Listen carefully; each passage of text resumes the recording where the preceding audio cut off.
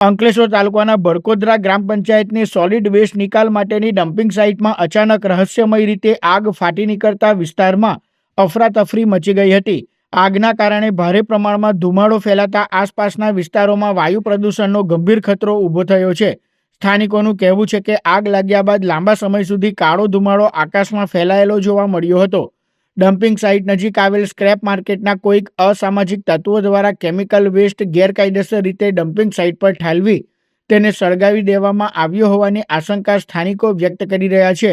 અત્રે ઉલ્લેખનીય છે કે ગત તારીખ 10 ફેબ્રુઆરી, 23 ફેબ્રુઆરી અને 6 માર્ચની રાત્રિએ પણ આ જ ડમ્પિંગ સાઇટમાં આગ ફાટી નીકળી હતી.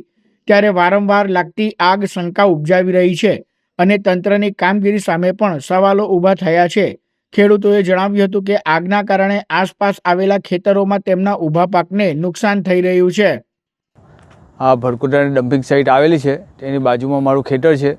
આજે સવારની 9 વાગ્યાની અહીંયા આગ લાગેલી છે ને આવી અવારનવાર આગો લાગ્યા કરે છે. મેં હાલે તલાટી સાહેબને ફોન કરી દ્વારા પણ જાણ કરેલી છે અને રૂબરૂ પર મળીને જાણ કરેલી કે ડમ્પિંગ સાઇટમાં આગ લાગેલી છે.